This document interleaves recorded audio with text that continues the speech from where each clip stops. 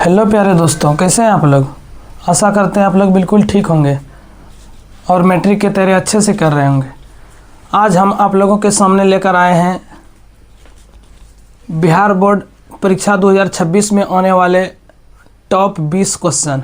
अगर आप इस वीडियो को ध्यान से देखते हैं तो आप संस्कृत में अच्छे से नंबर ला पाइएगा और अच्छे से क्वेश्चन बना पाइएगा।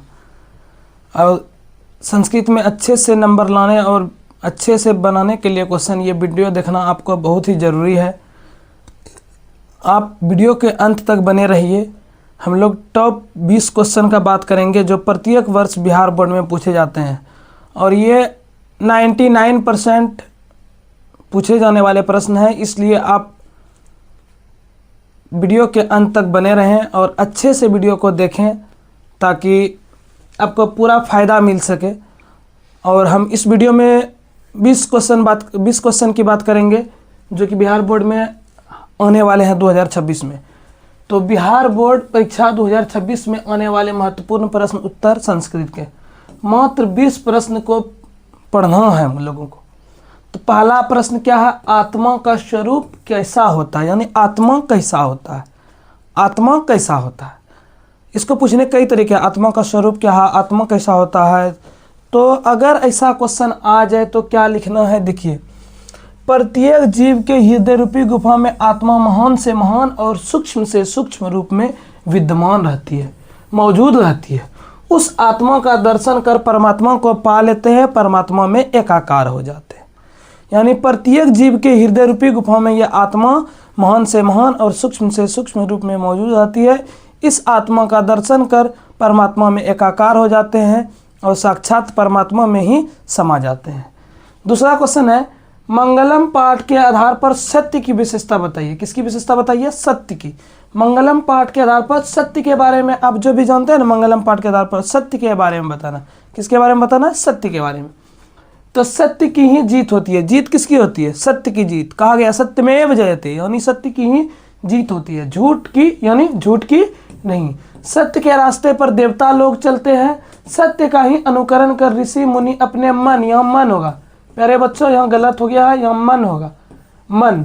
मन के मोह माया का त्याग करते हैं और सत्य धर्म की प्राप्ति करते हैं। अतः मनुष्य को सत्य के रास्ते पर चलना चाहिए। मंगलम पाठ में हम लोगों को बताया गया है कि सत्य के रास्ते पर देवता लोग भी चलते हैं, सत्य का ही देवता लोग अनुकरण करते हैं और सत्य की ही जीत होती है। इसलिए मनुष्य को किस रास्ते पर चलना चाहिए, सत्य के रास्ते पर। अगला क्वेश्चन है, नदी और विद्वान में क्या समानता है। नदी और विद्वान में क्या समानता है। जिस तरह बहती हुई नदियां समुद्र में जाती है तो अपना नाम रूप को छोड़ जाती है। आप देखे होंगे नदी बहते बहते समुद्र में मिल जाती है तो उसका नाम छूट जाता है। मान लीजिए ये छोटी सी नदी है, छोटी सी नदी जाकर के गंगा में मिली तो गंगा में उसका नाम गंगा हो गया, और गंगा जाके समुद्र में जैसे मिली तो गंगा भी अपना नाम भूल के वहाँ समुद्र में मिल गई तो वहाँ नाम उसका समुद्र हो गया। तो जिस तरह बहती हुई नदियाँ समुद्र में जाती है तो नाम रूप को छोड़ जाती है, ठीक उसी प्रकार विद्वान जन अपने मन, यहाँ भी मन होगा प्यारे बच्चों, मन के यहाँ होगा मन के मोह माया का त्याग कर परमात्मा के दिव्य प्रकाश में मिल जाते हैं और साक्षात परमात्मा में ही समा जाते हैं, परमात्मा में ही समा जाते हैं। जिस तरह बहती हुई नदियाँ समुद्र में जाती है तो अपना नाम रूप को छोड़ जाती है, ठीक उसी प्रकार महान पुरुष वेद को जानकर मृत्यु पर भी यानी कि मृत्यु पर भी विजय पा लेते हैं और जो है ना साक्षात परमात्मा को प्राप्त कर लेते हैं। चलिए इसको एक बार फिर से देख लें। जिस तरह बहती हुई नदियाँ समुद्र में जाती है तो नाम रूप को छोड़ जाती है, ठीक उसी प्रकार विद्वान जन अपने मन के मोह माया को त्याग कर परमात्मा के दिव्य प्रकाश में मिलकर साक्षात परमात्मा को पा लेते हैं या परमात्मा में समा जाते हैं। ये इंपॉर्टेंट प्रश्न था मंगलम पाठ का। अब देखिए भारत की भूमि कैसी है, वहाँ कौन लोग रहते हैं, यानी भारत की धरती कैसी है और भारत की धरती में कौन लोग रहते हैं। ध्यानपूर्वक देखिए बच्चों, भारत की भूमि विशाल है। क्या है, विशाल, बड़ी है। सागरों वनों पर्वतों से सीमित एवं यहाँ पवित्र नदियों बहती है। भारत की भूमि तो विशाल है, यहाँ वन है, पर्वत है, सागर है, इससे सीमित है। यह देश परिपूर्ण है और यहाँ पवित्र नदियाँ बहती है। यहाँ देवता लोग जन्म लेने के लिए तरसते। यहाँ की भूमि देवताओं के लिए क्या, मानवों के लिए आवश्यक आकर्षक है। इसीलिए यहाँ मानव देवता खुद रहना चाहते हैं। तो पूछा गया है भारत की भूमि कैसी है। भारत की भूमि विशाल है, निर्मल है, स्वच्छ है और वन पर्वत से परिपूर्ण भरा हुआ है। और यहाँ के लोग जो है ना अच्छे हैं। यहाँ देवता भी यहाँ चाहते हैं कि हम जन्म ले करके रहें।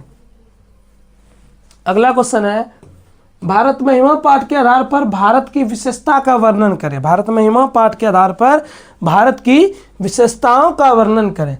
तो यह भारत के बारे में आप जो भी जानते हैं इसमें लिख सकते हैं। तो भारत के बारे में क्या जानते हैं, यह निर्मल स्वच्छ ममतामयी देश। भारत देश जो है निर्मल है, स्वच्छ है, ममतामयी देश है। यहाँ सभी लोग एकता में निवास करते हैं। भारत के सभी लोग एकता में निवास करते हैं। कैसे निवास करते हैं, एकता में। यह मातृभूमि देवताओं के लिए क्या, मानवों के लिए भी आकर्षक है। यानी कि भारत की धरती देवताओं के लिए क्या, मानवों के लिए भी आकर्षक है। हमें यह मातृभूमि नमन योग्य, मतलब हमारा, यहाँ पे हमारा होगा, हमारा यह मातृभूमि, हमारा यह भारत देश नमन योग्य है। हमारी मातृभूमि विशाल है, वनों से पर्वतों से युक्त है, सागर से सर्वित है। यानी भारत के जैसा सुंदर देश दुनिया में कोनो देश नहीं है, कोई भी देश नहीं है। इसीलिए देवता की भी इच्छा भी होती है कि हम भारत देश में जन्म ले और जो है ना भगवान का सेवा कर सके। कौन कौन से विदेशी यात्री पटना घूमने आए थे। प्यारे बच्चों याद रखिएगा, 4 ही विदेशी यात्री पटना घूमने आए थे। पटना घूमने कितने विदेशी यात्री आए थे, 4 आए थे। कौन कौन, मेगास्थनी, फाहियान, वेनसोंग, इत्सिंग। मेगास्थनी, फाहियान, वेनसोंग, इत्सिंग। मेगास्थनी, फाहियान, वेनसोंग और इत्सिंग। अगला क्वेश्चन है जो कि बहुत ही इंपॉर्टेंट है, पटना के प्रमुख दर्शनीय स्थल का नाम लिखिए। यानी कि पटना का कौन सा दर्शनीय स्थल है जहां लोग शौक से भी घूमने आते हैं। तो ध्यान से देखिए, पटना के प्रमुख दर्शनीय स्थल कौन कौन से हैं। पटना की प्रमुख दर्शनीय स्थल का नाम तारामंडल, जैविक उद्यान, उच्च न्यायालय, सचिवालय, गांधी सेतु पुल, महावीर मंदिर, गोलघर, गुरुद्वारा, अंतर्राष्ट्रीय हवाई अड्डा, गांधी मैदान, ये सारे पटना के दर्शनीय स्थल है। यानी कि घूमने लायक जगह है पटना में ये सब। अगला क्वेश्चन की बात किया जाए, भगवान बुद्ध ने पटना के बारे में क्या कहा। भगवान बुद्ध ने पटना के बारे में क्या कहा, ध्यान से सुनिए। भगवान बुद्ध ने पाटलीग्राम के संबंध में कहा था कि यह गांव एक दिन महानगर बनेगा। पहला बात क्या बोला था, यह गांव जो है आगे चल के एक दिन क्या बनेगा, महानगर बनेगा। यहाँ लड़ाई झगड़ा, दंगा फसाद और बाढ़ का भय बना रहेगा। यहाँ लड़ाई होगा, झगड़ा होगा, दंगा होगा, फसाद होगा। यहाँ जो है ना बाढ़ का भय बना रहेगा। यहाँ अगलगी होगी और यहाँ के लोग हमेशा भयभीत रहेंगे। यहाँ अगलगी भी होगी और यहाँ के लोग हमेशा क्या होंगे, भयभीत रहेंगे। कहाँ के लोग, पटना के लोग। ये जो है ना, ये बात भगवान बुद्ध ने पटना के बारे में कहा था। पटना नगर का वर्णन करें। देखिए फिर से क्वेश्चन है, पटना नगर का वर्णन करें। पाटलिपुत्र नगर प्राचीन काल से ही अत्यंत प्रसिद्ध है। प्रसिद्ध है, पटना नगर पहले से ही प्रसिद्ध है। तो प्रसिद्ध क्यों है भाई साहब, ध्यान से सुनिएगा। प्रसिद्ध इसलिए है क्योंकि यहाँ बड़े बड़े कवि एवं भास्कर यहाँ के बारे में बताते हैं कि पटना धरती के ललाट हो गया, सॉरी यहाँ होगा ललाट, लो लम आकटो, ललाट का तिलक है। पटना जो है धरती के ललाट का तिलक है। यह शिक्षा का केंद्र है। यहाँ वर्षों से सरस्वती की परंपरा को, यह वर्षों से क्या करती है, सरस्वती की परंपरा को निभाती आ रही है। चंद्रगुप्त मौर्य के समय में भी पटना की रक्षा व्यवस्था बहुत अच्छी थी। यानी पटना के बारे में हम लोगों को पूछ रहा है कि पाटलिपुत्र नगर का वर्णन कीजिए। तो पटना के बारे में आप जो भी जानते हैं इस प्रश्न का उत्तर अपने शब्दों में दे सकते हैं। आधुनिक काल की किन्हीं 3 संस्कृत लेखिकाओं का नाम बताइए। देखिए आधुनिक काल की बात हो रही। आधुनिक काल में पुष्पा दीक्षित, वनमाला भवलाकर और मिथिलेश कुमारी मिश्र। 3 आधुनिक काल की कौन सी लेखिका है, तो पुष्पा दीक्षित, वनमाला भवलाकर, मिथिलेश कुमारी मिश्र। अथर्ववेद के किन्हीं 5 दर्शनवती ऋषिकाओं का उल्लेख करें। नेक्स्ट क्वेश्चन, अथर्ववेद के किन्हीं 5 मंत्र दर्शनवती ऋषिकाओं का उल्लेख करें। यानी कि अथर्ववेद में जो थी 5 ऋषिका का उल्लेख करना है अथर्ववेद की। तो यमी, अपाला, उर्वशी, इंद्राणी, वगम्बरनी। कौन कौन सी? यमी, अपाला, उर्वशी, इंद्राणी और वगम्बरनी। ये जो है ना अथर्ववेद की 5 ऋषिका थी। ये वेरी वेरी मोस्ट इंपॉर्टेंट है। ये 100% क्वेश्चन पूछे जाते हैं और ये आएंगे ही बोर्ड के एग्जाम में। इसको ध्यान से समझिए। विवाह संस्कार में कौन कौन से कर्मकांड किए जाते हैं, यानी विवाह जब होता है तो उसमें कौन कौन सा कर्मकांड किया जाता है। विवाह संस्कार में निम्नलिखित कर्मकांड किए जाते हैं। वागदानम, वागदानम, उसके बाद मंडप निर्माण, यानी मंडप का निर्माण किया जाता है। वधू के घर वर पक्ष का स्वागत, यानी कि लड़की के घर में लड़के के पक्ष का स्वागत होता है। वर वधू परस्पर निरीक्षण करते हैं, वर और वधू परस्पर एक दूसरे को देखते हैं पहली बार। अग्नि स्थापना, उसके बाद अग्नि का स्थापना किया जाता है। पिता कन्या का दान करते हैं, कन्यादान। पानी ग्रहणम, उसके बाद है लाजा होम, सिंदूर दान इत्यादि जो है ना विवाह कार्य में ये सारे काम किए जाते हैं। उसके बाद very very most important question, इसको भी आप बोल सकते हैं, सभी संस्कारों के नाम लिखिए। देखिए संस्कार कुल 16 है लेकिन मूल रूप से कितने हैं? 5। मूल रूप से 5 कौन कौन से हैं उस पर नजर डालेंगे। पहले 16 को देख लेते हैं। संस्कार कुल कितने होते हैं? 16। जन्म के पूर्व 3 ठो, जन्म के पहले यानी मनुष्य के जन्म के पहले 3 संस्कार हो जाता है। कौन कौन सा? गर्भाधान, पुंसवन, सीमंतोनयन। यानी पुंसवन, गर्भाधान, पुंसवन और सीमंतोनयनम, ये जन्म के पूर्व ही मनुष्य के संस्कार हो जाते हैं। उसके बाद है शैशव, जैसे मनुष्य का जन्म होता है तो मनुष्य शैशव में पहुंचता है, शिशु में, उसमें उसके जो है ना कौन कौन से संस्कार होते हैं? तो जात कर्म, नामकरण, निष्क्रमण, अन्नप्रशनम, चूड़ाकर्म, कर्णवेद, यानी 6 संस्कार उसके जो है ना शैशव में ही हो जाते हैं। तो पूछा जाएगा जन्म के पूर्व कितने संस्कार? तो 3। शैशव अवस्था में कितने संस्कार? तो 6। कौन कौन से? जात कर्म, नामकरण, निष्क्रमण, अन्नप्रशनम, चूड़ाकर्म, कर्णवेद। उसके बाद मनुष्य जैसे ही शैशव संस्कार को पार करते हैं तो वो शिक्षा का ग्रहण करते हैं, जिसको बोलते हैं शैक्षणिक संस्कार। कौन सा संस्कार? शैक्षणिक संस्कार। शैक्षणिक संस्कार में मनुष्य क्या क्या सीखते हैं? अक्षर आरंभ, उपनयन, वेद आरंभ, केशांत, समवर्तन। तो शिक्षा में जो है ना 5 चीज होता है, अक्षर आरंभ, उपनयन, वेदांत, केशांत, संवर्तन। उसके बाद होता है मनुष्य का विवाह संस्कार। पढ़ने लिखने के बाद जो है पढ़ाई खत्म होते हैं तो उसके बाद जो है ना विवाह संस्कार होता है, जो जीवन का सबसे महत्वपूर्ण संस्कार है। जीवन का सबसे महत्वपूर्ण संस्कार कौन सा संस्कार है? विवाह संस्कार। और अंत में अंत्येष्टि संस्कार, जो मरने के बाद होता है। यहाँ होगा मरने के बाद। अंत में कौन सा संस्कार होता है? तो मरने के बाद अंत्येष्टि संस्कार। तो जन्म के पहले 3 संस्कार, शिक्षा ऐसे, उसके बाद जैसे हम शैशव में गए तो 6 संस्कार, शिक्षा में 5, विवाह 1, अंत्येष्टि 1। इस प्रकार कुल मिला के 16 संस्कार।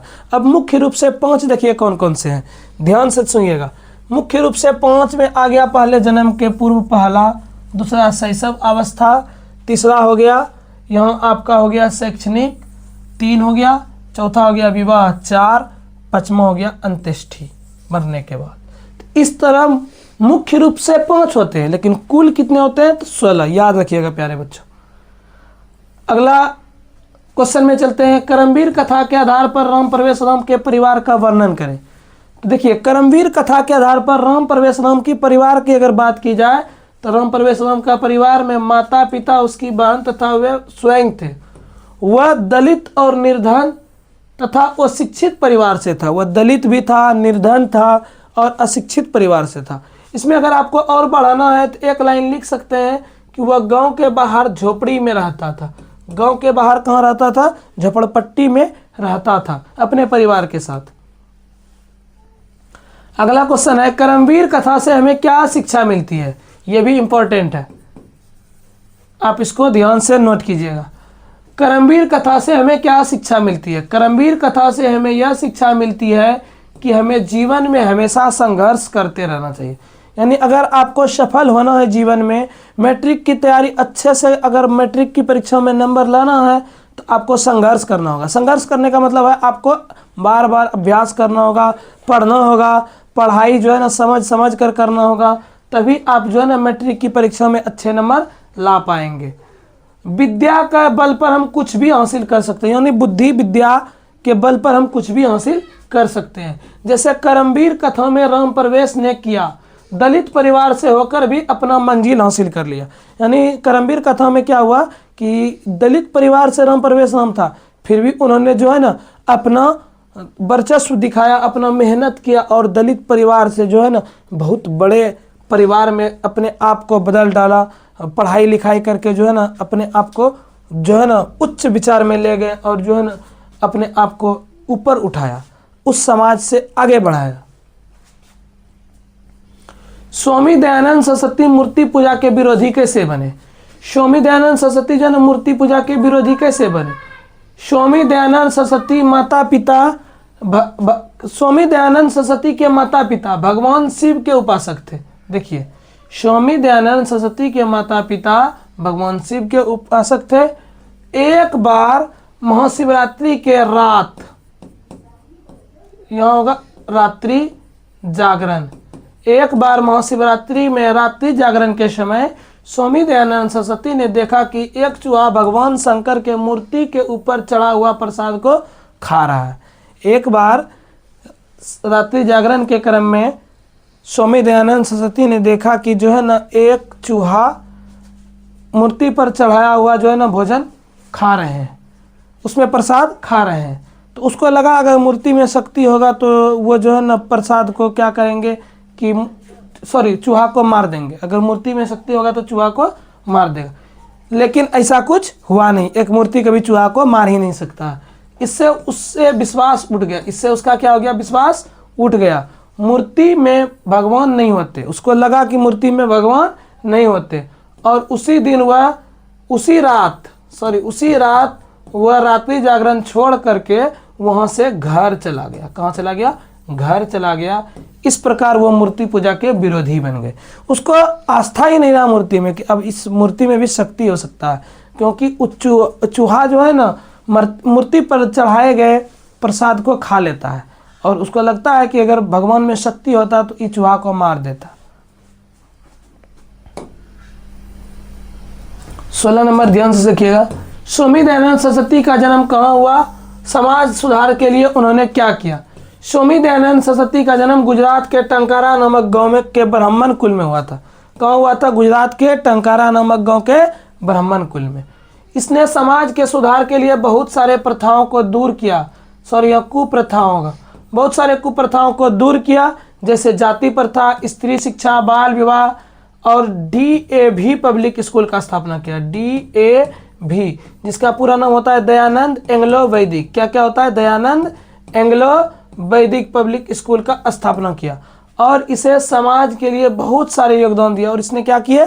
समाज के लिए बहुत सारे योगदान दिए। किसने? तो स्वामी दयानंद सरस्वती ने। बूढ़े बाघ ने पथिक को कैसे मारा? बूढ़े बाघ ने जो है पथिक को कैसे मारा?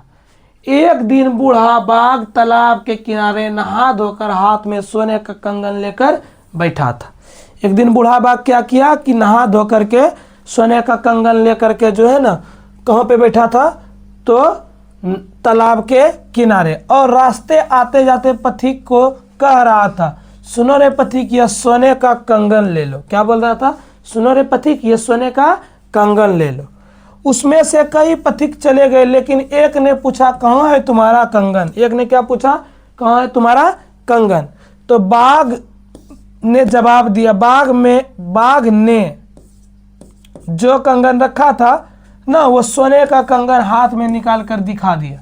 बाघ ने जो सोने का कंगन रखा था ना वो हाथ में निकाल के बाघ ने क्या किया? दिखा दिया। किसको दिखा दिया? पथिक को। पथिक भला कैसे करे तुम पर विश्वास? पथिक बोला कैसे करे तुम पर विश्वास? तो बाघ ने कहा, सुनो रे पथिक, जब मैं युवा था ना, यानी जब मैं जवान था, अत्यंत दुराचारी था, न जाने कितने गायों और मनुष्यों को मार करके खा गया। इससे मेरा पत्नी और पुत्र मर गया और मैं वंशहीन हो गया। मैं वंशहीन हो गया, वंशहीन हो गया।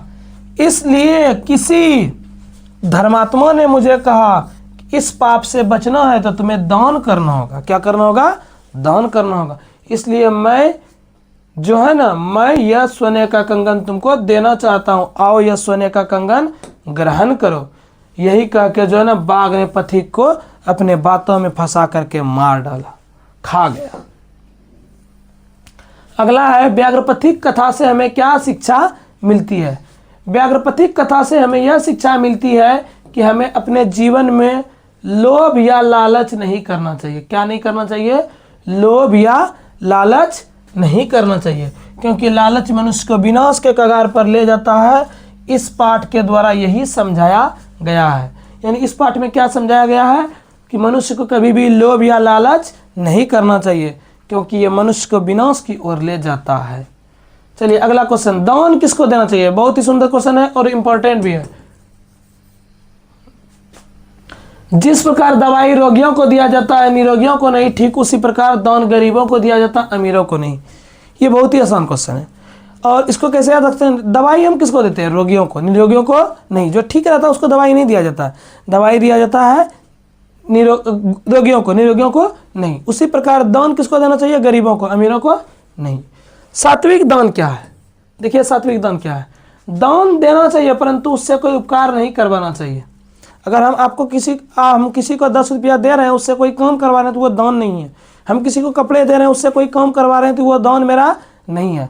दान देना चाहिए लेकिन उससे कोई उपकार नहीं करवाना चाहिए, तभी दिया गया दान सफल होता है। तभी दिया गया दान क्या होता है? सफल होता है।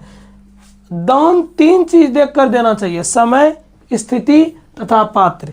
यानी किसको दे रहे हैं, उसकी स्थिति क्या है, समय क्या है। विश्व अशांति, सॉरी यहाँ अशांति होगा, अशांति। विश्व अशांति के क्या कारण है? विश्व अशांति के वास्तव में 2 ही कारण है, द्वेष तथा असहिष्णुता। कौन कौन? द्वेष तथा असहिष्णुता। इस तरह एक देश दूसरे देश की उन्नति को देखकर जलता है और असहिष्णुता पैदा करते हैं और यही कारण है कि दोनों के बीच अशांति हो जाता है। नेक्स्ट देखेंगे, वेदांग कितने होते हैं? बहुत ही important question, very very most. इससे बहुत सारे ऑब्जेक्टिव भी पूछे जाते हैं, इसको ध्यान से देखिएगा। वेदांग कितने होते हैं, उसके प्रवर्तकों के नाम लिखिए। वेदांग 6 होते हैं। वेदांग कितने होते हैं? 6। शिक्षा, पहला क्या? शिक्षा, कल्प, व्याकरण, छंद। उसके बाद देखिए क्या है, छंद, ज्योतिष हो गया आपका 6। देखिए फिर से, शिक्षा, कल्प, व्याकरण, निरुक्त, छंद, ज्योतिष। तो शिक्षा किसने लिखा? पाणिनि। कल्प बौधियन, भरद्वाज, गौतम, वशिष्ठ। व्याकरण पाणिनि। निरुक्त यास्क। छंद पिंगल। ज्योतिष लगधर। तो इस प्रकार जो है ना, इस प्रकार क्या हुआ कि इसने जो है ना बहुत सारे, सॉरी 1 मिनट के लिए कट गया था तो हम फिर से वहीं आते हैं। हम लोग थे कितने नंबर में? 22। हाँ, तो ध्यानपूर्वक फिर से देखिएगा। वेदांग कितने? 6 हो गए।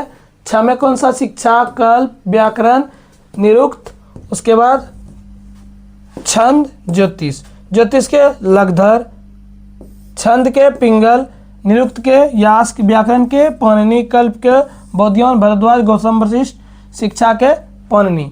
ये इसके प्रवर्तक है। आपको कैसे ऑब्जेक्टिव में पूछा जाएगा बताइए? शिक्षा के जन प्रवर्तक कौन है? वेदांग में शिक्षा के प्रवर्तक कौन है? तो पाणिनि। कल्प के बौधियन, भरद्वाज, गौतम, वशिष्ठ। निरुक्त के यास्क। इसी प्रकार पूछे जाते हैं। उसके बाद देखिए, वेद कितने होते हैं? बहुत ही अच्छा क्वेश्चन है। वेद 4 होते हैं। वेद मात्र 4 होते हैं। ऋग्वेद, यजुर्वेद, अथर्ववेद, सामवेद।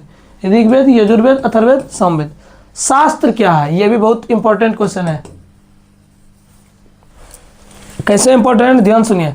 शास्त्र ज्ञान का भंडार होता है। शास्त्र क्या होता है? ज्ञान का भंडार होता है। शास्त्र ज्ञान का भंडार होता है। यह मनुष्य को कर्तव्य और अकर्तव्य का बोध कराता है। यह मनुष्य को क्या कराता है? कर्तव्य और अकर्तव्य का बोध कराता है। शास्त्र को आजकल अध्ययन का विषय भी कहा जाता है। शास्त्र को आजकल क्या कहा जाता है? अध्ययन का विषय। अगला क्वेश्चन है बहुत ही इंपॉर्टेंट क्वेश्चन। कर्ण के कवच कुंडल की क्या विशेषता थी? कर्ण का कवच कुंडल उसे जन्म से ही मिला था। कर्ण को कवच कुंडल कब से मिला था? जन्म से। उसके कवच कुंडल की विशेषता यह थी कि उसे लाखों देवता दानव राक्षस मिल करके भी नहीं भेद सकते थे। यानी कर्ण का कवच कुंडल इतना मजबूत था जन्म से जो उसको मिला था कि उसको लाखों देवता दानव असुर राक्षस गंधर्व सब मिल जाते ना, तो भी उसका कवच कुंडल को भेद नहीं सकते थे। अगला क्वेश्चन है, कर्ण की दानवीरता पाठ के आधार पर इंद्र की चरित्र की विशेषता का उल्लेख करें। देखिए भगवान इंद्र की चरित्र का विशेषता, तो इंद्र देवताओं का राजा था। महाभारत के युद्ध में वह पांडवों की मदद करना चाहता था। इंद्र देवताओं का राजा था। महाभारत के युद्ध में वह पांडवों की मदद करना चाहता था, क्योंकि पांडव सत्य के मार्ग पर थे। पांडव किसके मार्ग पर थे? सत्य के मार्ग पर। यहाँ होगा आपका इंद्र। इंद्र जानते थे कि कर्ण के समीप जब तक कवच कुंडल है तब तक उसे कोई पराजित नहीं कर सकता। यानी जब तक कर्ण के पास कवच कुंडल है उसको कोई नहीं मार सकता। इसलिए वह भेष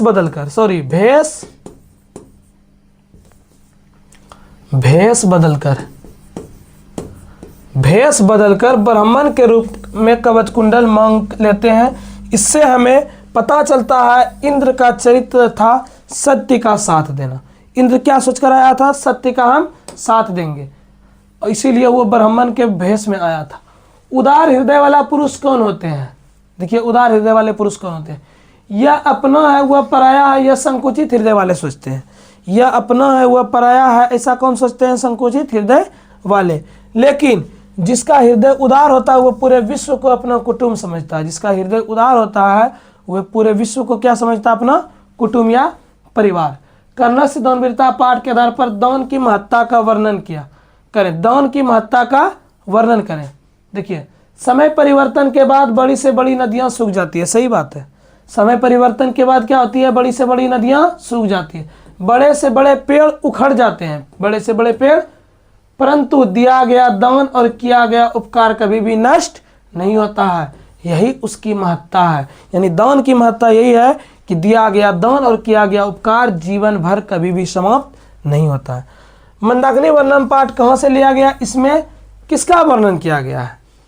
तो ध्यान से सुनिए। मंदाकिनी वर्णन पाठ रामायण के अयोध्या कांड से लिया गया है। मंदाकिनी वर्णन पाठ कहाँ से लिया गया है? रामायण के अयोध्या कांड से। इसके लेखक वाल्मीकि है।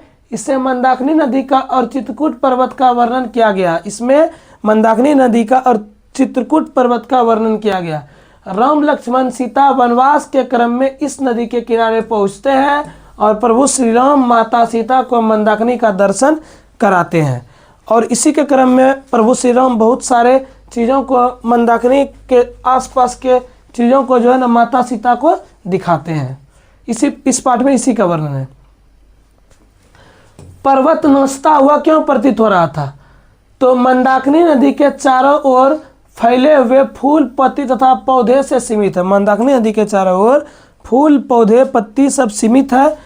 और जब तेज हवा चलती है ना, तो जब पत्ता हिलता है, पेड़ हिलता है, तो लगता है कि जो है ना ये पर्वत ही नाच रहा और ऊपर उड़ती हुई नृत्य करती हुई प्रतीत होती है। और यह मंदाकिनी की शोभा को बढ़ाती है।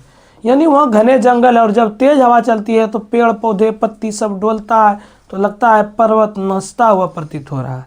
इससे यह मंदाकिनी की शोभा को भी बढ़ा देता है। तो प्यारे बच्चों, मैंने अभी 30 क्वेश्चन कवर किया। और अगर इस वीडियो को आप सही से देखे होंगे, समझे होंगे, तो आप जो है ना मैट्रिक की परीक्षा में आने वाले सभी प्रश्नों का उत्तर आराम से दे देंगे और इसमें आपको कोई भी दिक्कत नहीं होगी। उम्मीद है आपको ये वीडियो अच्छा लगा होगा। अगर ये वीडियो आपको अच्छा लगा हो तो प्लीज़ हमारे चैनल को लाइक करें, सब्सक्राइब करें और बेल आइकन को दबाना ना भूलें। और अगर आपको PDF चाहिए तो आप हमें मैसेज कर सकते हैं, हम आपको PDF भी देंगे। तो आपको ये वीडियो, आई होप आपको वीडियो अच्छा लगा होगा। अगर अच्छा लगा तो लाइक करें, सब्सक्राइब करें, शेयर करें। धन्यवाद।